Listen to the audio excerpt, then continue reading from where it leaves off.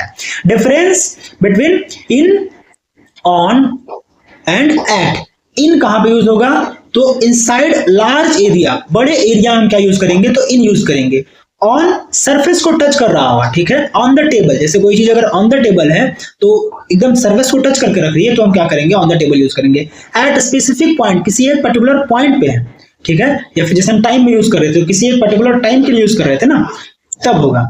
Okay, चलिए example के लिए, in the room, in the room मतलब रूम लार्ज एरिया हो गया। ऑन द टेबल, टेबल को टच कर रहा होगा। एट द स्टेशन, ठीक है, तो स्टेशन किसी एक पर्टिकुलर पॉइंट पे हम बोल रहे हैं ना, ठीक है।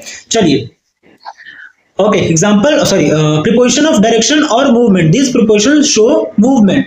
टू, ठीक है, इनटू, एग्जांपल हम देखेंगे, into, towards, from, through. For example, he is going to school, वो स्कूल की तरफ जा रहा है, तो मूवमेंट बता रहा है, शो कर रहा है ना कि हम मूव करेगा। ऐसा तो नहीं स्कूल जाएगा तो खड़े खड़े चला जाएगा, जाएगा मूव करेगा, एक प्लेस से दूसरे प्लेस पे मूव करेगा। The train pass through tunnel, tunnel से ट्रेन पास हुआ, ठीक है। He the frog jumped into the well, ठीक है, जो मेंढक था वो क्या हो गया? कुएं में कूद गया। He is coming towards me, वो मेरे तरफ आ रहा है। He is moving towards me.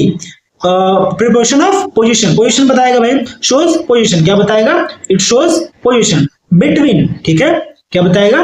Between, between, among, beside, behind और अपोजिट। ओके, तो बिटवीन किसी दो के बीच में बताएगा।